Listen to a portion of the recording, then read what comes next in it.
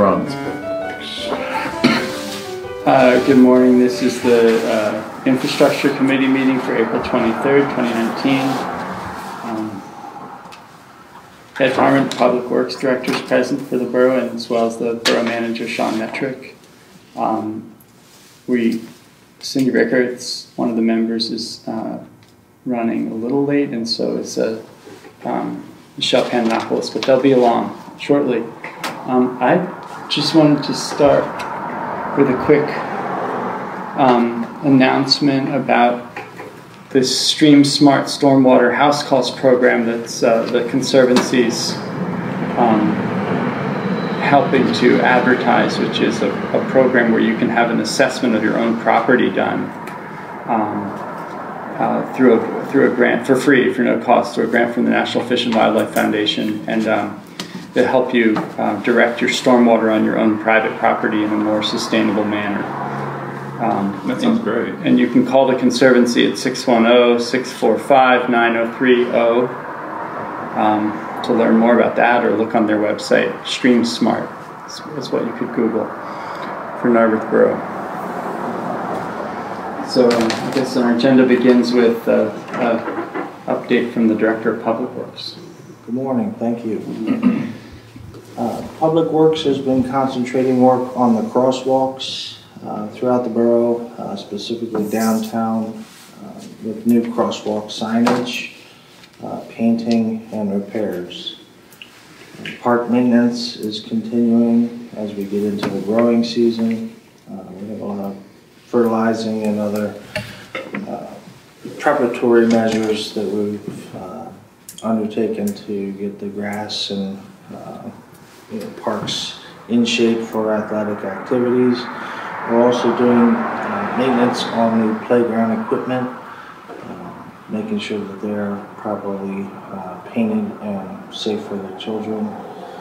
Street sweeping is underway downtown, and we were on the south side yesterday, but we'll be moving throughout the borough as we fit it into our schedule.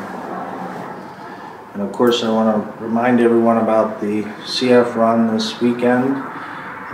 Road closures will take place from 8:15 to approximately 10:30.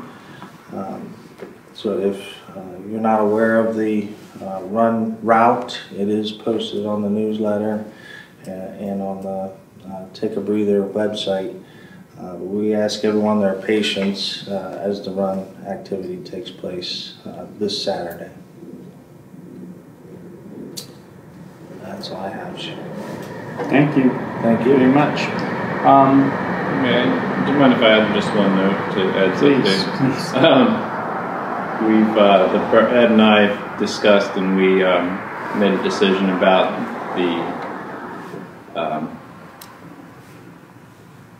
equipment upgrades at Sabine Park, and so that order was placed. And also want to mention that they may not arrive in time for this event, but there is an event being sponsored by the Friends of Sabine Park, a park cleanup for a Saturday, May 4th. So persons interested can volunteer their time and effort to help clean up the park.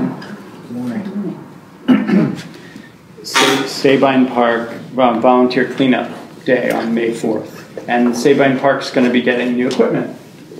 Right. We put an order in for what we were budgeted to spend on the park to replace some of the aging equipment. It's not going to be. It's not enough for the entire park equipment. Anything in particular you want to mention? Diggers or?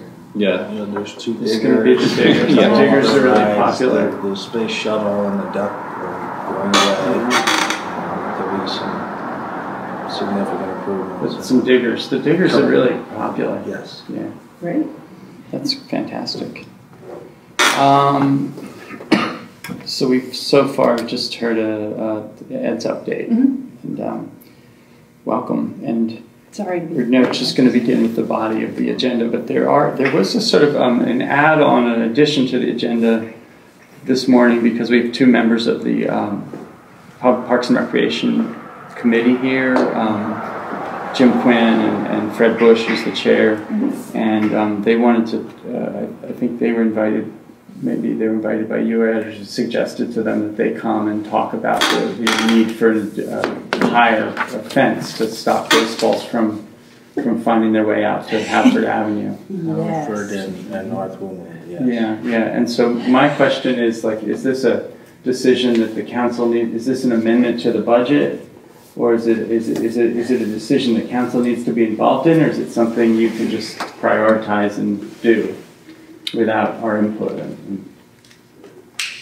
Well, we don't have all the details worked out in terms of from the money side of it. We have 20. I may be off by a couple $1,000s, but I believe there's $22,000 allocated in the capital fund for improvements to Narberth Park, and the rec board with Ed Mangle had been working on a plan for the park, which I think is around 80%, 90% to completion. There were still some variables left to be decided. Let me know if I'm misrepresenting what I know.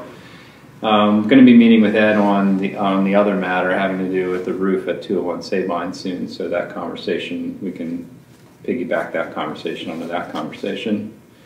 Find out what next steps are going to be. But I was relying on that plan to give us an idea of what the priorities are for the park. So there has been a decision made to invest in our park and improvements, but that decision is not specific to any one area or one thing in this moment in time.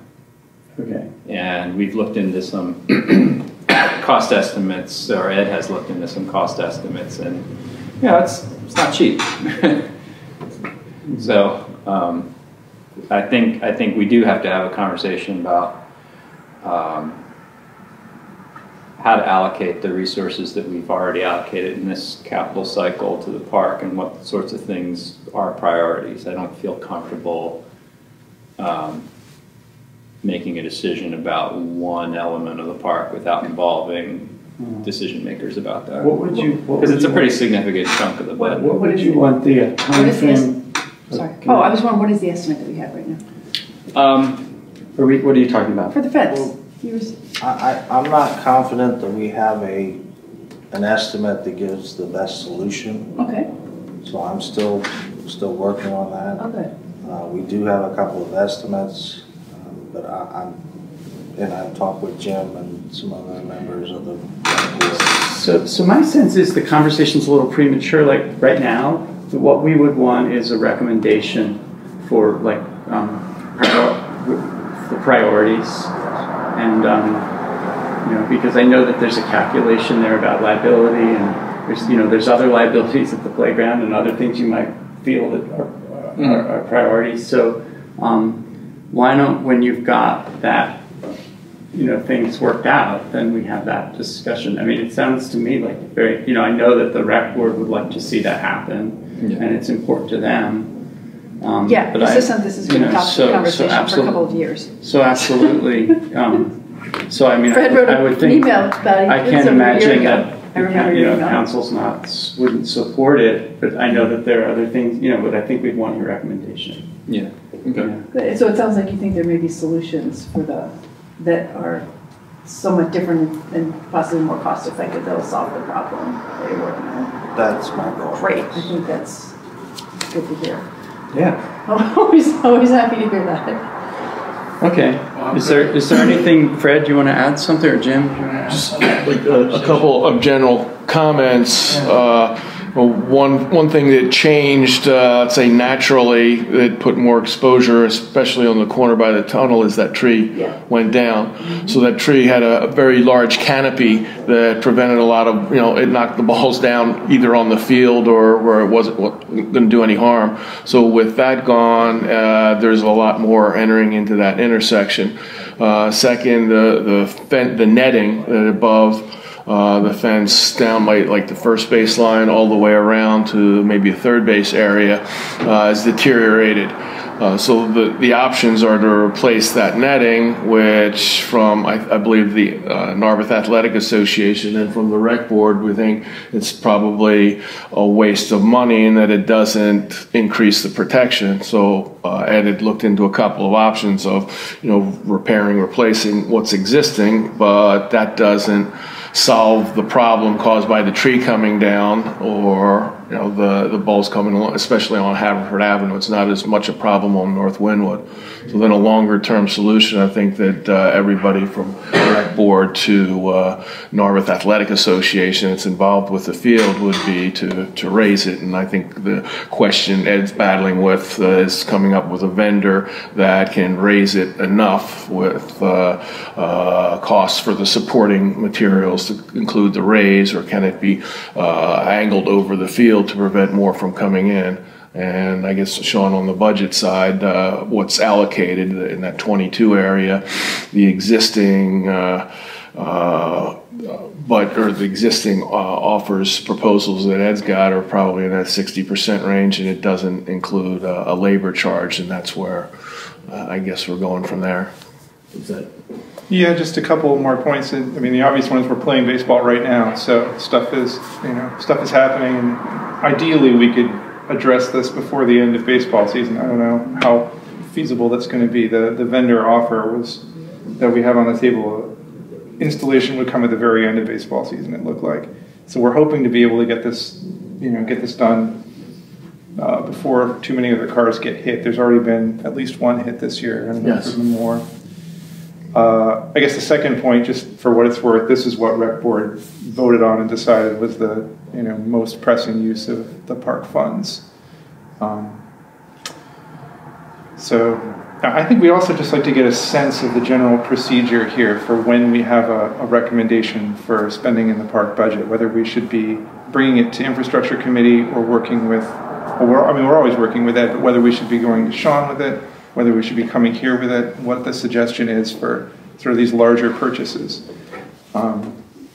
Obviously, if it's a small thing, we'll let the borough handle it. But if it's a bigger purchase, it seems like we need council's say on the matter. I think we're just trying to clarify the procedure as well. What's your guidance on that?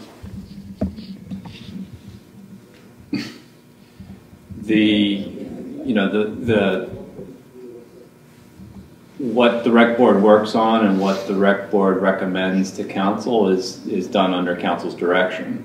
So my recommendation to council would be to use the rec board to investigate plans and broad recommendations for the park so that we know what to integrate into our capital planning process and what we can then bring to council to approve, like we did last year with the $22,000. Now that wasn't really, the purpose of those funds wasn't really fleshed out, for lack of a better word, to what they would be specifically used for. But maybe as we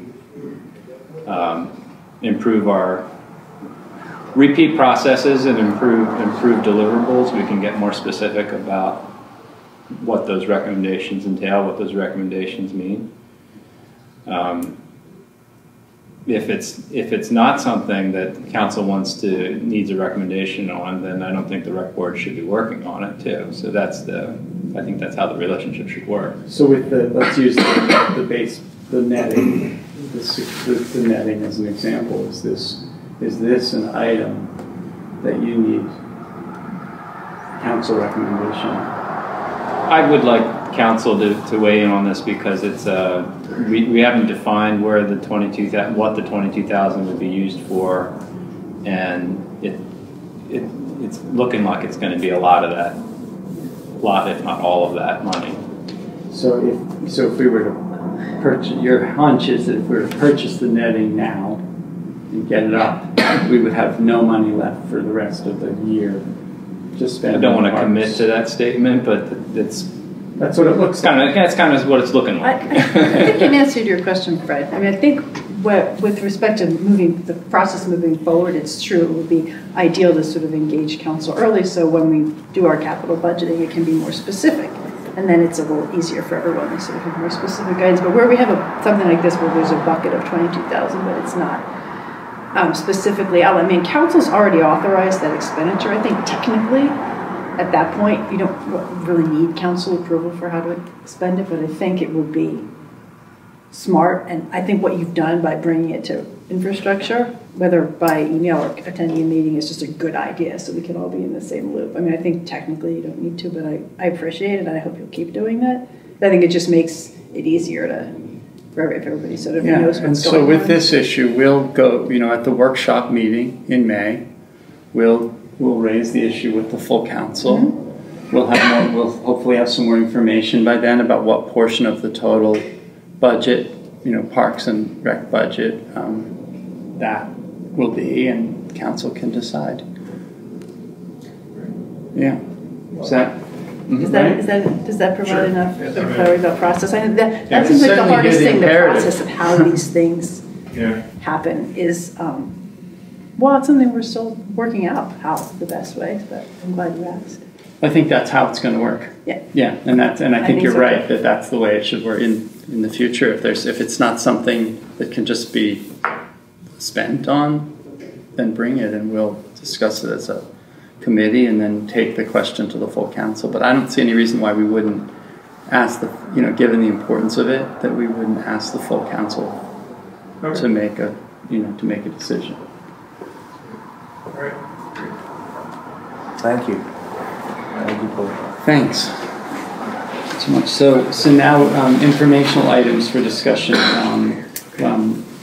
We have a fairly large, extensive list of items. It's pretty much everything that the council decided would be on the infrastructure agenda for the year.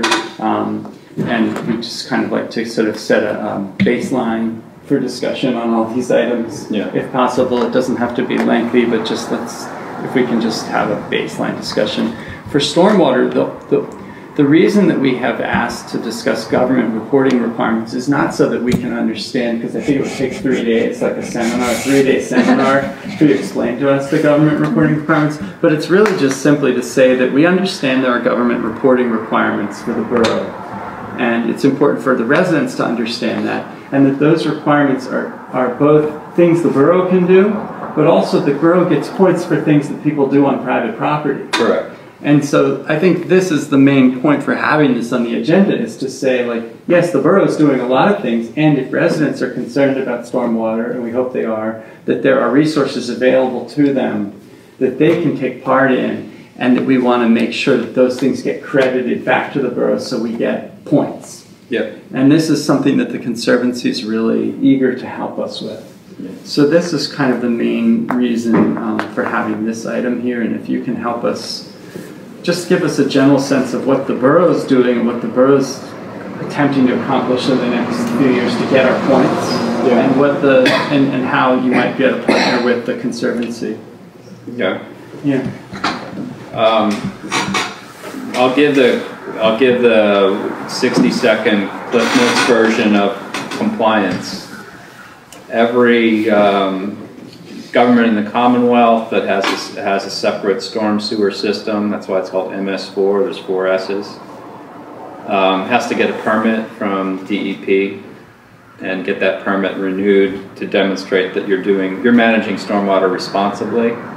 And the goalposts keep moving a little bit each year when DEP decides to make to improve the standards, and one of the things that's new now is that we got to remove pollutants from our stormwater, and you can do that with a variety of methods, and there's math involved, and just like Bob said, you get credit for doing it on public and private property. It's the borough's entire responsibility. So we're looking at the land uses that generate the most pollutants, and those are streets, any impervious cover. And we're looking at solutions to treat those pollutants, which typically take place at stormwater inlets or in our green spaces. And then where we don't have green spaces, we're looking at creating green spaces, because green spaces remove pollutants from stormwater. All of this effort comes at a cost, so we have to measure where we get our biggest bang for our buck. And we need to form partnerships. We need to explore feasibility. We need to spend money. It's not going to happen organically without spending money or our effort. Where things stand right now is that our document, our plan for meeting the DEP's goal remains in review by DEP, and we're making modifications to it.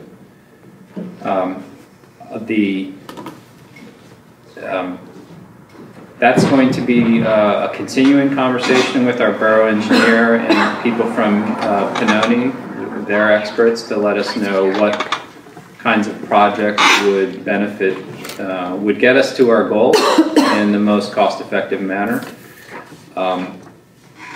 It's a complex process, and it's going to have to take many different, it's going to have to be attacked or approached from many different angles. The borough is going to be creating projects and doing projects that treat stormwater through our capital planning process. Private landowners can do that in the land development process as properties redevelop. Stormwater facilities are put. 114 Forest Avenue is implementing a stormwater management system. The borough gets to take some of that credit for that investment that the private landowner is making to treat some of their stormwater. Are they doing more than what's mandatory under our current stormwater under our ordinance? Or not currently, no. Okay, so any new development is going to be something that is going to help us in this regard because the standards are just higher now. And you bring a good point up, like we're going to investigate our stormwater ordinance so that when things happen, we make sure that we're getting the most the most beneficial types of improvements being paid for and being implemented by the private sector. And the other thing is the biggest land use in the borough is everyone's homes. Is residential land use. So there's no way this is going to get accomplished without a really sustained grassroots effort to educate and promote and support persons who want to do little things in their properties and then account for those improvements. So you installed a rain garden in your front yard. But it has to be a BMP, right? Like a rain barrel isn't a BMP, like, right? So that I don't think. So there's an education component, right? There's understanding what.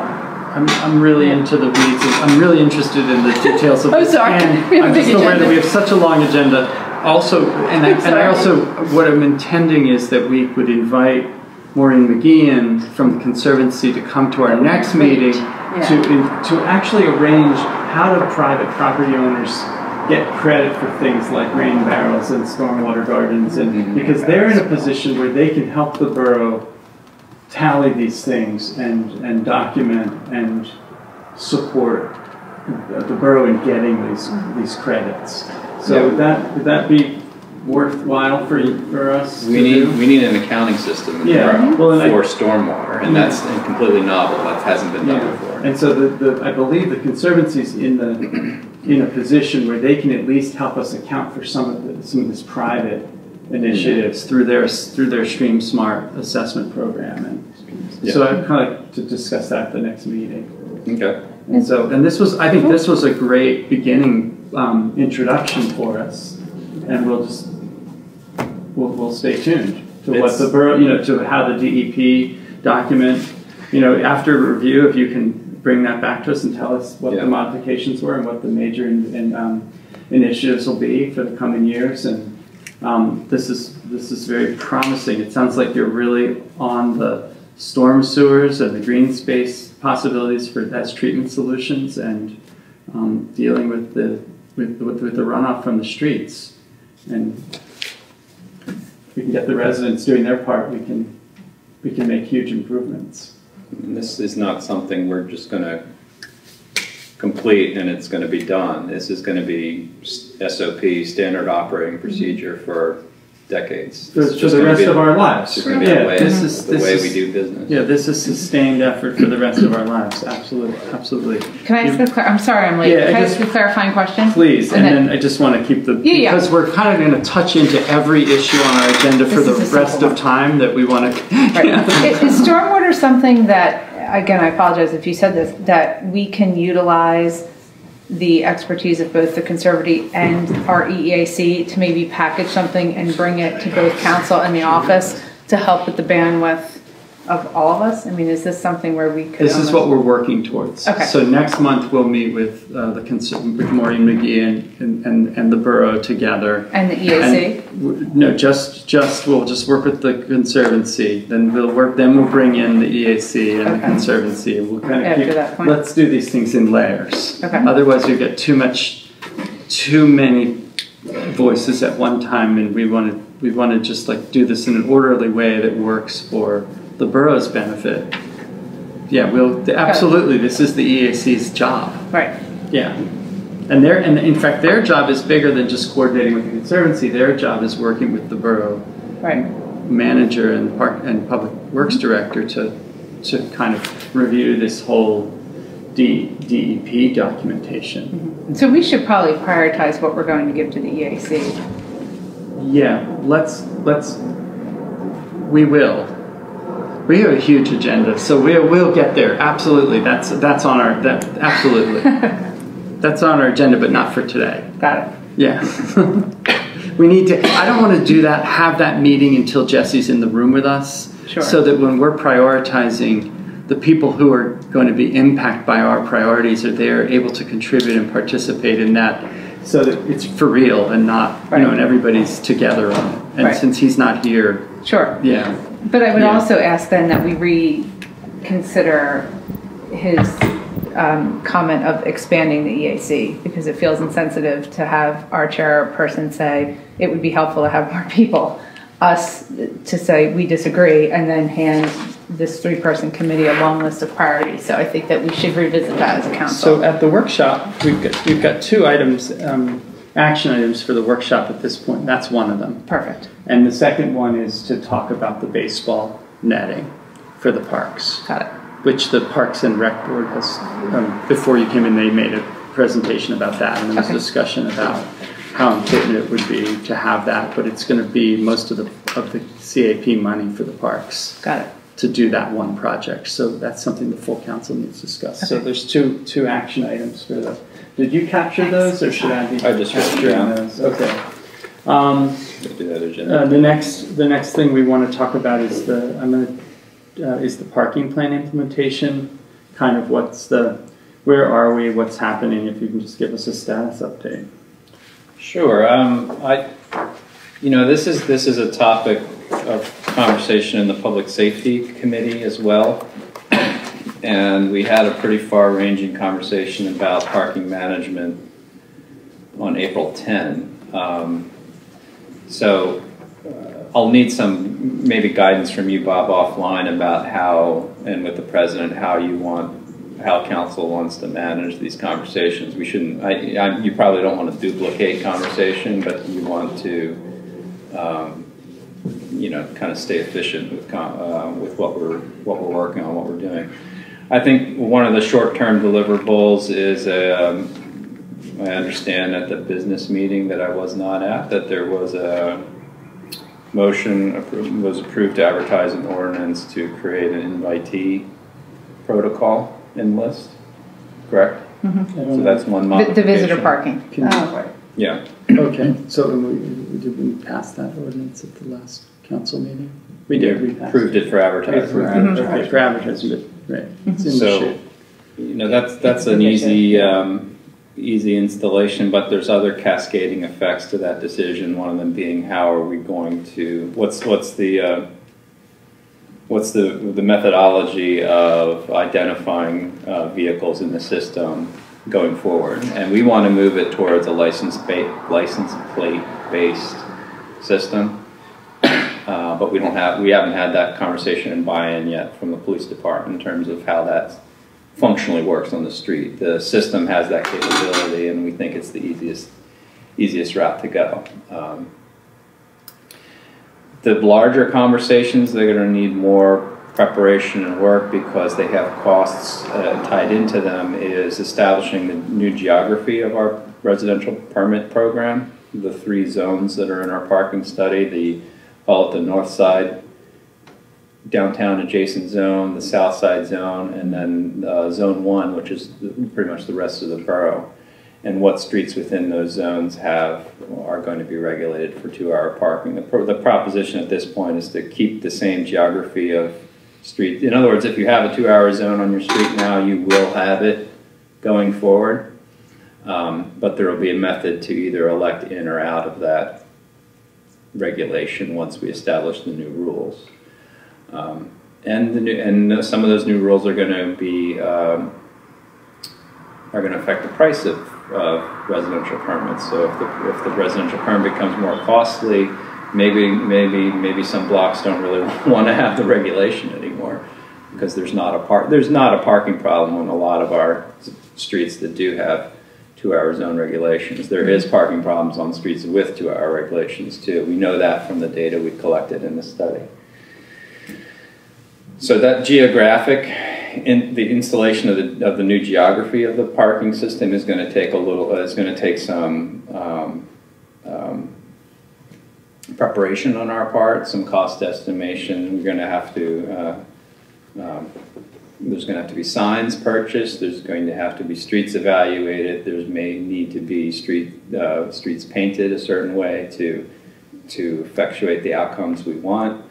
So there is some logistical, physical logistical items that we need to contend with. The easy part is our parking system. We can create a parking system today that's license plate based, that has the cost, that has a visitor list, that has all these things. The data management part of it is the simple part. I think it's the changing the physical infrastructure that is going to be a little more involved and take a little bit of our time and research, and there will be some decision points to be made along the way. And our conversation at the Public Safety Committee meeting is to follow, and I'll share with you too, is to really follow the recommendations of the parking study, but where we have some discretion, just to deviate towards simplicity. So instead of having 3 or 4 flavors of pricing for residential parking permits, we would rather have fewer, maybe just one pricing schema for residential parking permits. And that might be, they all cost the same, or maybe your first one's free and the rest are the same, but we want to simplify it. That's kind of where we're at. We're just kind of getting started. So I think it's incredibly important for us, for Aaron, to assign who now is tackling parking. So prior to the reorg, actually the parking policy was assigned to Public Works. And now that that committee has been dismantled, I think there is a question of what chairperson is really leading this priority that we've identified. Mm-hmm. So I'm on both public safety and infrastructure. Arguably, parking could go in any of the 3. But I will say, I think it is duplicitous and just inefficient to have this ambiguity of who is taking the lead on parking. And we all agreed on this flow chart and kind of linear process for us all to clarify what's happening, as well as the public. So I would ask Bob or Sean to maybe loop back to Aaron to get some real clarity on which committee is taking the lead on this. Mm-hmm. Okay. And I think there's arguments for all 3, but a decision should be made. Yes. Good. Yeah, I mean, is it a workshop item, or can you just do that with Aaron? The next time I call him, I'll bring it up. Great. Likely today. Good. Anything more on parking? The bridge, the North Narberth Avenue Bridge. There's 2 issues. There's the status of the new construction and the short-term issues. Can we talk about first the new construction and the status? Where are we with regard to the new bridge replacement? Yeah. We've started the right-of-way acquisition process, so offer letters have been sent to the 6 property owners, basically saying, hey, we want to either temporarily or permanently purchase from you a sliver of property to make the bridge happen, and here's the value of that. Do you agree to that? We haven't heard any replies back because those letters have just been sent. One of the property owners is the borough, so that's the good news. hopefully we'll agree to sell it to ourselves. The other difficult property owner is going to be a fee simple purchase from Amtrak, and that's just because when you deal with the National Passenger Rail Company, you deal with bureaucracy and things move a little bit slower. So we're going to do what we can to make sure that moves efficiently. And then there's other properties on the south side of the bridge, 198 Elmwood, and I don't remember the address, but the apartment building across the street. Yeah. And then the two corners of North Marlborough. Yes. And the time, any updates on the timeline? All other factors are progressing in according to schedule, which is the final design and engineering to be complete this year, and bidding and construction to start next year. I have a question and a request, and if maybe you guys could echo this, and maybe is that the architects who designed the bridge did some pretty nice renderings showing what it would look like, and I'm wondering if those could be. I know that they're available through the SharePoint, but I'm wondering if those could be made available online so that somebody clicking on the borough website could see the new bridge, and that could be a feature, not just a blog post, but somehow like a feature of our website, because it's such an exciting thing that's coming for the whole, for the borough at large. I wonder if even putting the color rendering in the case by the train station. Yeah, that would be really wonderful too. And because people coming would be right near where the site is, it'd be kind of exciting to see. And it, could be the graphics could be done by the architectural firm since they have access. Yep. Or maybe the county's graphic department could do it for us if that's within their scope of. Just so you all, right after this meeting, Sean and I are meeting to discuss the recommendations and communication from the FNA committee and to learn about the recommendations that the office met with. So we can put that. Super, great, perfect. Into our next meeting. Perfect, dovetail. Yep. Not really anything more to say about the new bridge. Can you say when we hope to see it? The new bridge. It's on schedule to be bid and construction to begin in 2020. 2020. So, which, if you haven't noticed, isn't that far away. 2020, in the year 2000. It used to sound very far away, but in the year 2000, we'll have a bridge. Y2K. Sometime in the 21st century. In the 21st century. Sometime in the 21st century. No, that's exciting. That's exciting and it's great. And thank you so much, Sean, for sort of your dogged kind of approach to keeping it on track. Like, I know that it takes effort and it takes attention, and that you're doing that and getting us there. I appreciate you saying that. Thank you. Transportation planners are a unique bunch. Anything to say about the existing conditions and the inspection, or anything you can share with us and the public about? Yeah, the bridge did get its hands-on inspection that was overdue. That was done by Pickering Courts. It's done in the evenings, so that person doing the inspection now is working evenings. I put in a call to them. Since I haven't heard back from them, I was told the inspection was either going to be done on Monday or Tuesday. It's complete now. Since I haven't gotten a call from them, I know that we're not in like an dangerous emergency situation, or would have heard already. The question really, the preliminary information that we can get from them quickly is, has the load rating changed, and what sorts of, what condition is the supporting structures for the sidewalks in, and therefore our engineering team, the borough's engineering team, can formulate a cost estimate to repair one of those sidewalk sides, which may lead us then to reopen the bridge to vehicular traffic if council would choose to do that. That's a long roadway with decisions and dollars attached to it, and we don't know the answer to those yet.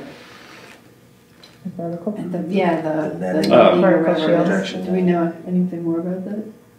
We are, the borough engineers meeting with 2 contractors next week to get a close-up look at it.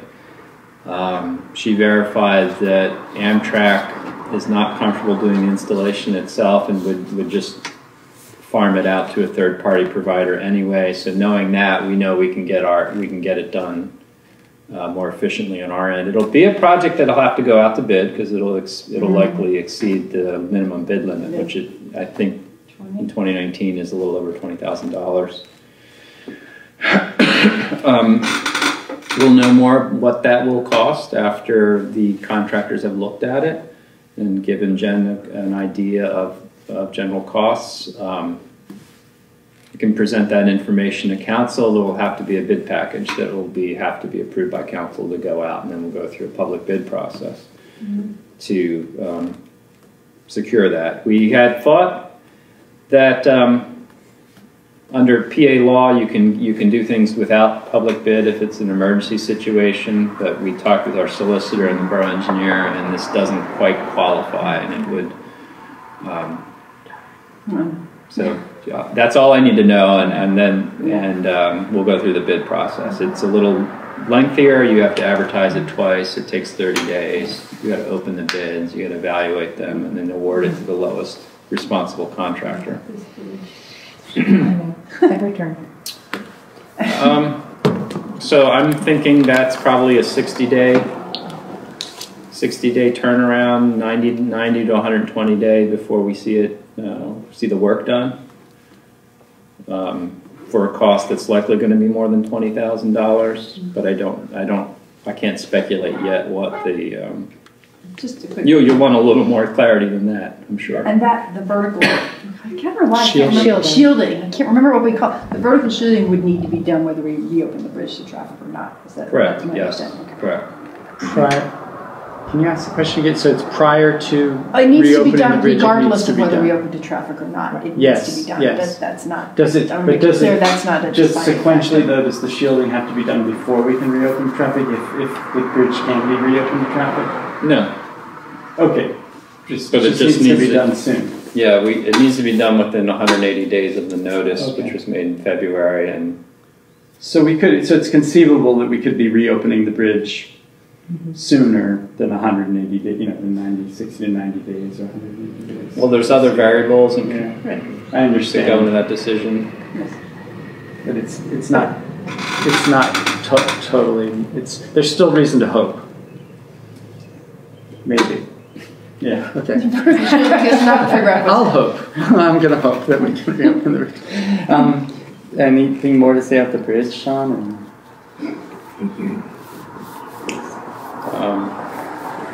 No. What about Windsor Avenue? Is that just for, Yeah, I'm. what's the status? We're in limbo at the moment, and the reason we're in limbo is a personal reason from our project manager. I'll share with you the information when we're off camera, but it's worse than I told you about earlier. But I'll leave it at that, and I'll let you know, and I'll let everyone on council know what's going on. I just don't feel like it's an appropriate thing for me to say in a public meeting. But I did speak to the partner project manager, Jamie, who was with us at the public meeting. He was going to talk to our project manager yesterday to get an update and see if we can be ready to effectively use our time together next Wednesday in the workshop meeting, or whether that's not going to be a prudent thing to do. Okay. It's really going to depend on how much work John had done before the events happened, and whether Jamie can take the baton up and carry it across the line for him next Wednesday. I'll know probably by today whether that's going to happen. If not, I'll press for a time and date that we can reactivate the project process. So the Windsor Avenue Corridor project is one of these that you initiated last year, Public Works, and kind of watching. It's because I wasn't on the committee, it's not entirely clear to me kind of what the scope is and what questions we're asking. It's not, for example, are you still going to need council to discuss the roadway network, the direction of the one-way roads, or is that just assume that that's going to all stay the way it is? Are they looking at those kinds of that scale question? They are looking at that just roadway configuration. They are looking at that scale of the question, and they're going to, part of the next step was going to be to frame the conversation for the elected officials so that it boils down to a couple of key decisions about the project. And from those decisions, then we'll know what next steps we need to take. If the decisions are to keep it like it is, we can just move right towards a bid and get it done. Okay. If there's some changes to the roadway configuration that necessitate other kinds of data collection, then we'll know we'll have to do that. And I want the traffic engineer to guide that conversation, that intersection that we're going to be at very soon, and choose our pathway. Okay, thank you. And I hope as a council, we think a little more progressively about Windsor Avenue and don't just default to the current state. And what we had discussed as an office in a public works committee was really having this be a proof of concept of what progressive transportation looks like. And when I say that, meaning walkers, bikers, drivers as well. So again, I hope that as a council, we see this as more than just how are we taking paving funds and applying them to one major corridor, but rather how are we setting the stage for a progressive approach to transportation. Terrific. We'll be counting on you to help us. Well, and maybe stormwater. Those questions. Maybe we can start kind of a directive or some questions about stormwater. And I see you nodding. So hop in. It's the whole Green Streets absolutely. idea. It's everything. Yeah. And it's a major asset that the borough is managing. And to that, we talked about, because the bike grant would have some sort of effect on Windsor Avenue. And if this is the appropriate time, perhaps it's good to get an update on that grant, as it would affect Windsor Avenue. As part of the Windsor Avenue discussion. Yeah, I mean, it's an example of acting strategically and using kind of funds and grants to approach an issue. No decision's been made by the county yet, but I've been contacted twice to provide follow-up information from the committee that's evaluating the applications. Okay. So, any sense of when that decision will be made, John? They probably have a date in mind. The next time I talk to Daniel, I'll ask. Thanks. Yeah. Okay. Next agenda item, the public and the business owners and council have all expressed a lot of concern about the fact that there's going to be a lot of new construction in the borough in the coming years. And to as much as possible, I know everyone would like to minimize the impact of the construction especially on the existing businesses. And we want to make sure we have plans in place for supporting the existing business and supporting life as our normal life as much as possible in the borough. To that question, is the borough beginning to look at creating agreements with contractors regarding the parking of their employees and their trucks and materials, their material delivery and storage schedules, site standards, for fencing, for managing site conditions, how sidewalk closures will be handled, how signage and detours will work, supporting the existing businesses, those kinds of questions. Yeah. And I don't expect you give us a full answer, but you see where we're pointing. Some of those issues that you've brainstormed fall into the developer's agreement, how the site's going to be secured, how deliveries are going to be handled, when public improvements are going to be completed, the escrow that has to be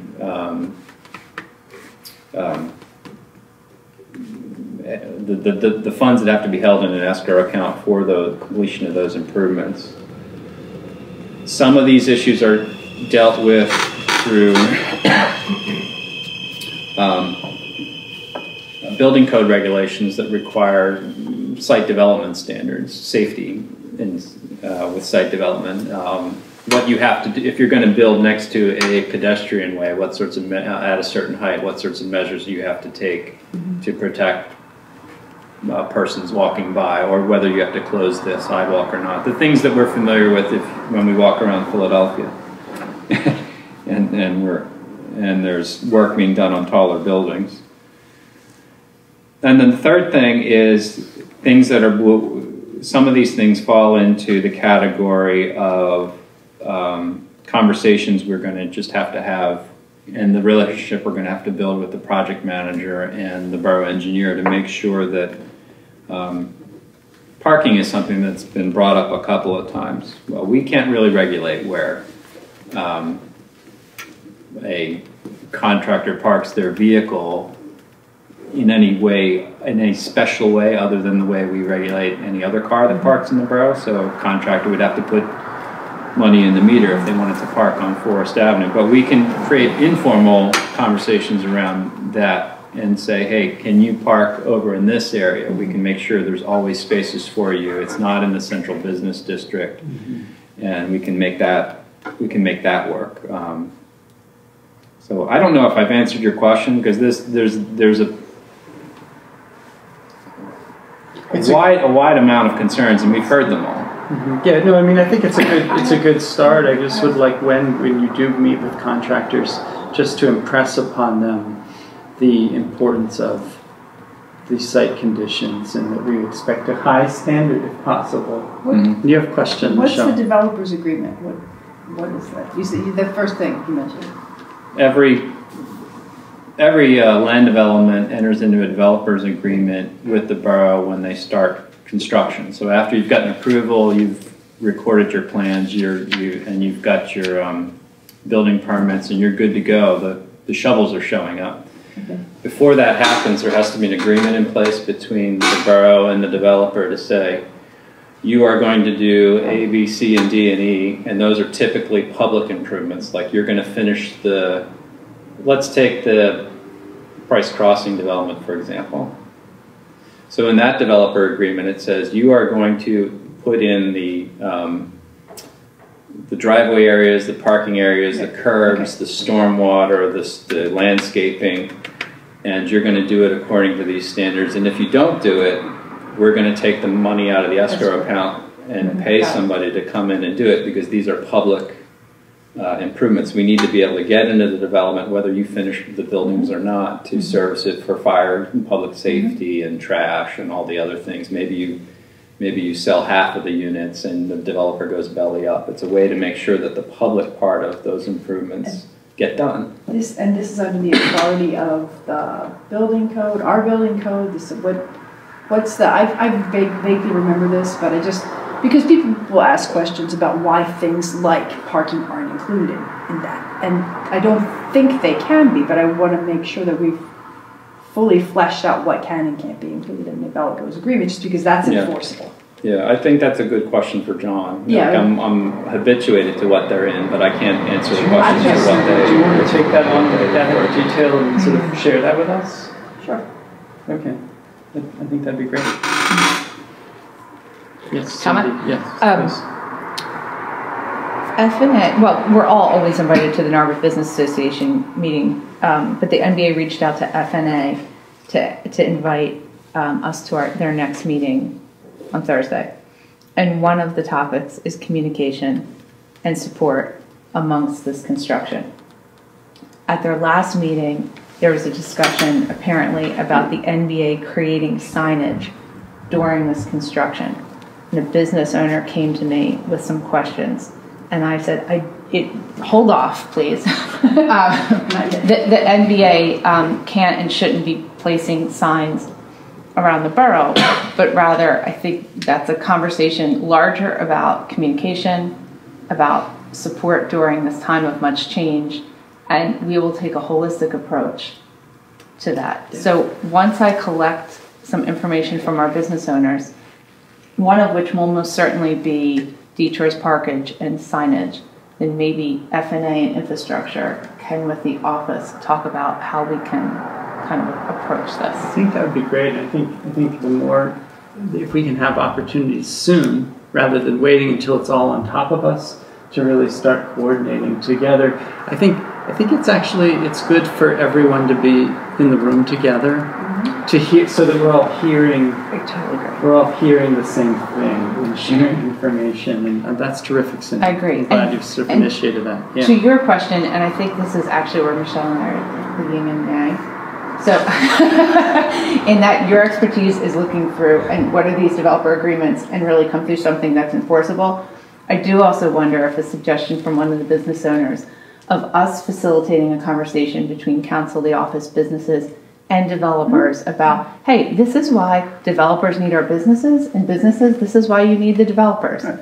So collectively, how can we appreciate one another? And in the next year, year and a half, we can understand that there's going to be some growing pains. So perhaps both approaches. Yeah, no, I mean, I get relationships are primary, but what tends to happen is that I agree. In the day-to-day, it's not the developer who's on site, and it becomes such a hassle for the developer to manage the contractors because they're wild and out of control typically, and so that's why I want to know what sticks there are. I totally agree. It's the yin and the yang. Right. And you want to make sure they understand our expectations, right? That not happen.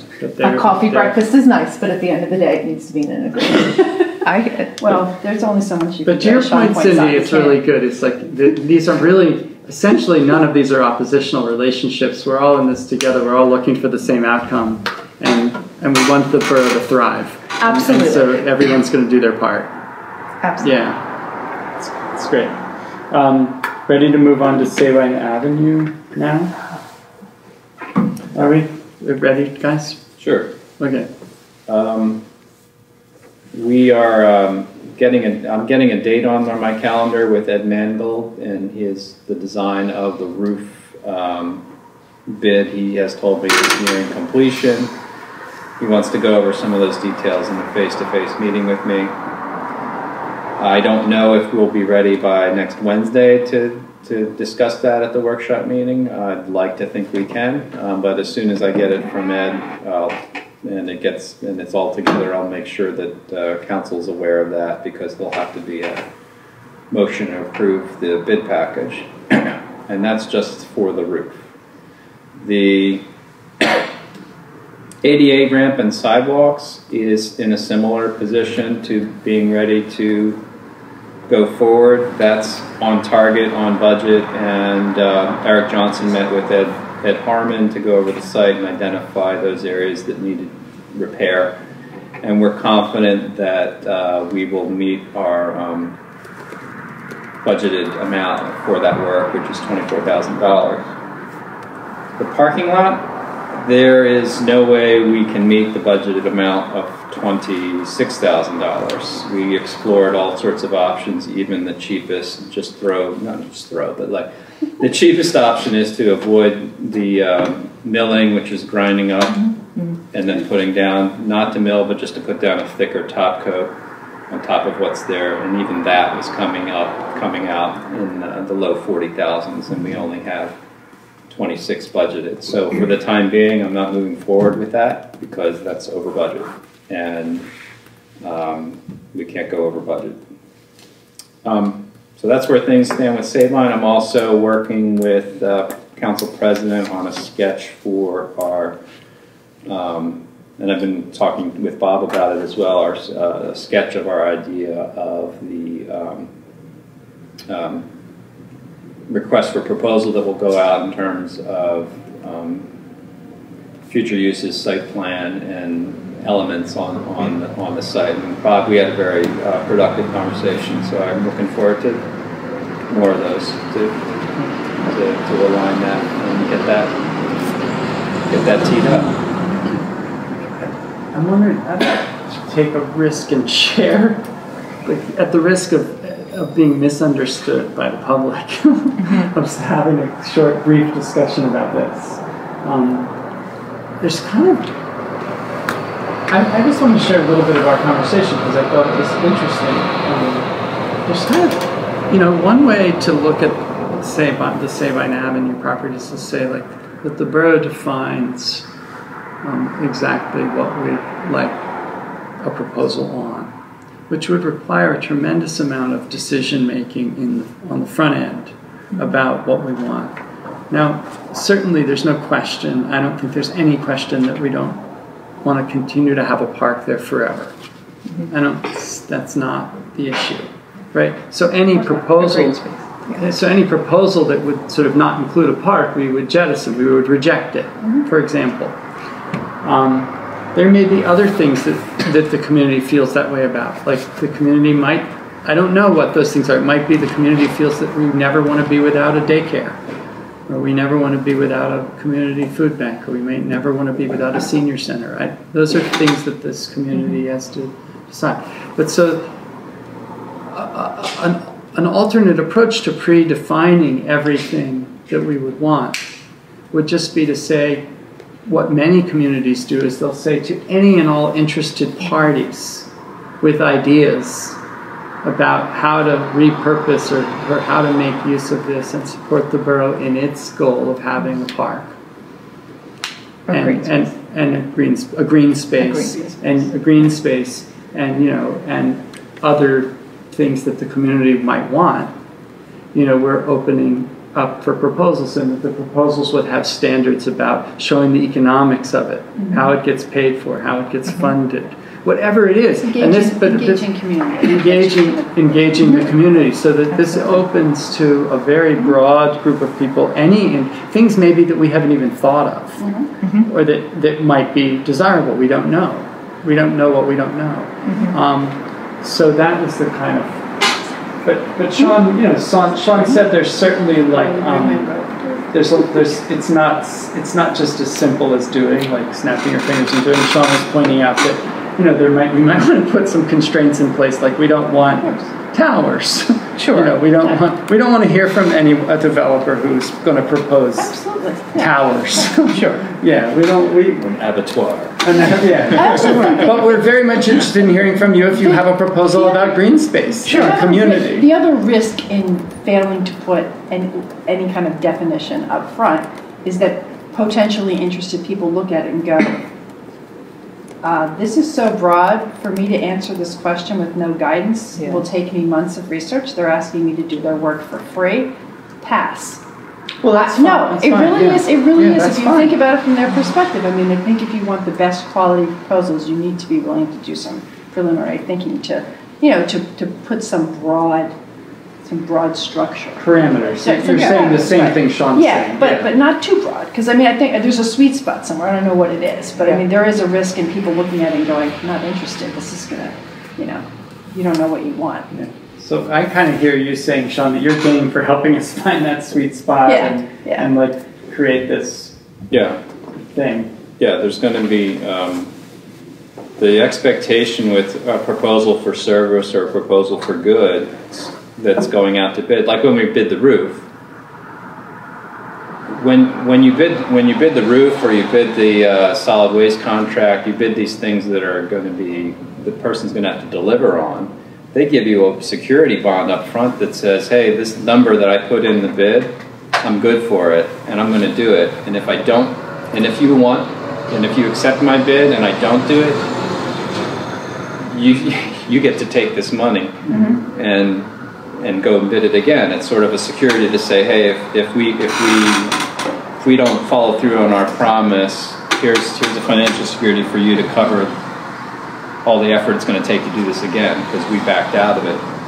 I'm saying all this because most people and organizations you approach with a request are viewing it through the lens of, if I put a request in, I'm committing to something, and I think we want to be careful about what that, and make it clear that we're not ready to put a ring on it, so to speak, in terms of forming the relationship, but we have to find some sweet spot that says we want some parameters for what you think is possible on the site, and a proposal for your process, and maybe a unit cost for to how to get from A to C, and then we'll talk about the other piece, the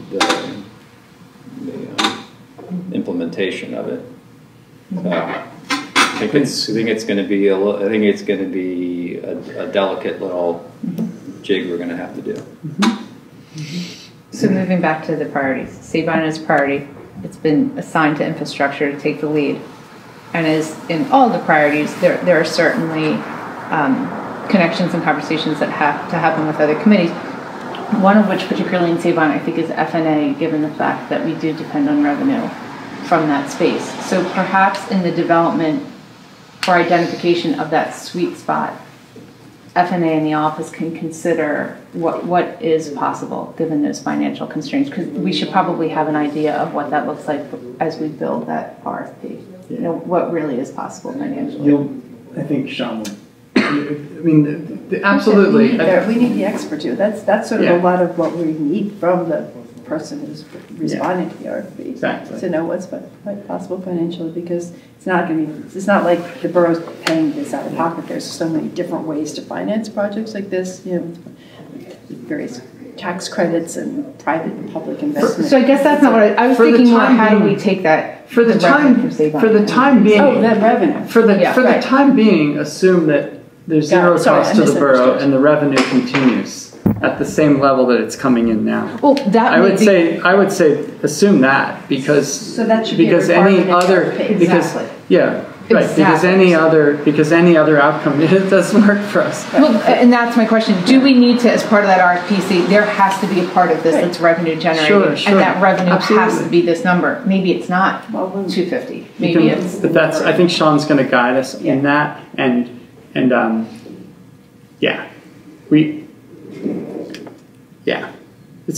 I mean, but for now, I don't think we need to. We'll have to see as this process unfolds where we are with that. Yeah. I think it's important for everyone to understand that we don't have some preconceived idea of what should be there. We're not deciding on behalf of residents of the borough what our collective value is. We want to generate options and opportunities, because we can always continue to do what we're doing, and we know what that's going to cost. Mm-hmm. But we do have an obligation to the taxpayers to sort of like say, is what we're currently doing and the cost of that really of value and of service to the residents of the borough? Or are other options something we should be looking at? And we've been asked by to look at those. We are to some extent going to put community values in the RFP. We're going to talk about that you should have a park, it have green space. Yes. It needs to meet certain budgetary. I mean, so those are community values, and I think that and I would like to say, well, I think it's incredibly important that this RFP include the need to that whoever's going to help us guide this project, if there's a project, needs to be really competent at community engagement, because there's going to be an ongoing need for that. But at the initial stages, I mean, I think that as elected officials, we actually are in a position where we should be communicating what we understand to be community values at this point in time. I was saying something more nuanced. Okay. I was being sensitive to the fact that some people in the public think we're applying our personal values. I know. I'm saying it's not my personal value or your personal value or your personal value. It's the community, the values that's expressed by the community, like through the comp plan, through the community objectives. Yes. Those values will be applied. But sometimes I notice on Facebook people think that we're applying our own personal agenda, and it's not personal. And I just want to reiterate that. And we have this amazing comprehensive plan to include in an RFP.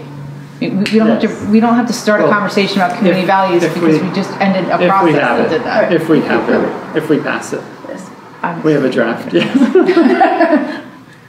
Anything more to say about Sabine Avenue, Cindy, Michelle, Ed, Sean? Is there a timeline on when we can expect to have an RFP package? Loosely? Not yet. I mean, is this a 3-month process, a 6-month process? I don't know yet. Yeah, but it's in the queue. It's being worked on. So, and my hesitancy, Bob, if I may, the last item with the capital plan, my hesitancy to commit to things is that I'm trying to take this list of important work and try and figure out, like, well, what needs our attention now, and trying to put it in. I'm always trying to put things in an ordinal list, always trying to triage. And the capital plan is the thing that really is going to take up most of my time in May and June. Doesn't mean other things aren't going to happen, but it is going to be a main focus, because what I want to, the conversation has to start with where are we at, how much have we spent, what things have gotten accomplished, what things are in process, and what things we didn't get to this year that we might want to push towards next year. Super. Is there more to say about capital planning? No, I will be gobbling up the agenda on Wednesday night to get that going with everybody. Terrific. Let's just recap a few things that are actually. This has been a very productive meeting. It's just a beginning. It's actually in some ways this is our first real infrastructure meeting because until this meeting we didn't really have an agenda. But now that the council voted on the agenda, we actually have some things to discuss when we meet. Let's just recap what are the action items for the next council business meeting. One is the baseball netting that the rec board's recommending that the council spend the current available funds on for the parks. There's a question of the size of the EAC, the Environmental Advisory Commission. They would like to have a 5-member group rather than a 3-member group so that they can increase their capacity to do more outreach and to do more investigations. Those are the 2 items I have. Is there anything else in terms of action items for workshop? Any more, Sean? No. An aside was that we received another request that council make a resolution to support climate action and some congressional legislation I forwarded it to Aaron to advise us, and he said that should be put on the agenda for the workshop. It's really it's another resolution that would support them in influencing what happens in Congress around, I think it's the carbon emissions standards. And then just to review a little bit about let's talk about the next infrastructure meeting. I think it's important next to invite Maureen McGeehan and the Conservancy to find out how they can coordinate with the borough and support us. Partly because I want to do that before we bring Jessie into the room with her, because they're potentially bringing some financial resources that we want to know about and be able to include in our thinking. And so once we have that meeting, then let's think about in July and through the summer. Will we meet in the summer? July, August, September, working with the EAC to help reaffirm their agenda, and whatever we need to take to council, we will. Mm-hmm. Can we actually, Sean, get those summer dates on the workshop agenda so we can have those dates now? Because we go down to 1 meeting in the summer months, and it would be helpful for family plans if we decide whether it's the 1st or 3rd, as a side note. Yeah. I don't think we know yet, do we? We'll have to figure out if we're going to have quorum. I mean, Aaron will have to figure that out. Yeah. For the council business meetings? During the summer, last year we went down to 1 meeting. Yeah, and those will be the 3rd Wednesdays of July, August, and September. Okay, yeah, so that was 3rd. Advertised in January. So yeah. Oh, okay. So if we don't have to meet, but if we pick a different date to meet, we have to advertise. It's good to know. It's the 3rd Wednesday. Okay. So that would be. So you lose the workshop meetings. Correct. So June, is that June 18th? June 19th? June has a workshop meeting. It's July, August, September, but don't have workshop meetings. Okay. I'm just moving the council dates, so then it's July 17th. It's on the calendar, right? And August. For sure. Yeah, and August 21st.